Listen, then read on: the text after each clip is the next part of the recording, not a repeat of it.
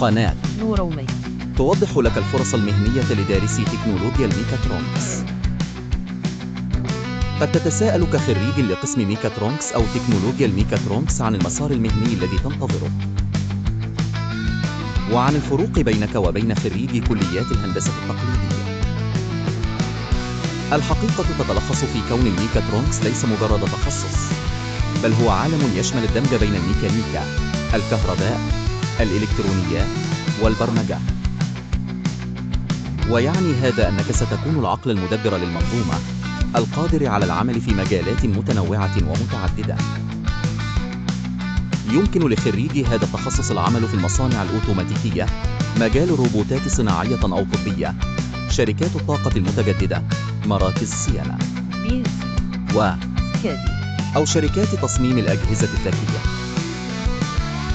وحتى يمكنك بدء مشروعك الخاص وتطويره باستخدام تقنيات مثل O3 2. على الصعيد الآخر، يتميز خريج كليات الهندسة بالتركيز بشكل أكبر على التصميم والتحليل، بينما يكون خريجي برامج التكنولوجيا أكثر مهارة في التطبيق العملي وفهم الأعطال وسرعة التعامل مع الماكينات. المفتاح الحقيقي لمستقبلك المهني هو مبادرتك الشخصية في التطوير الذاتي والتعلم المستمر لأدوات السوق،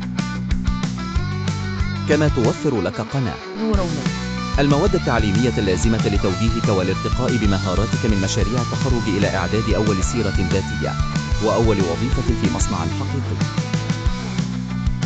تابع قناتنا لتحصل على رؤية جديدة للحياة العملية اليوم، لأن نورومي هي العقل وراء الآلة.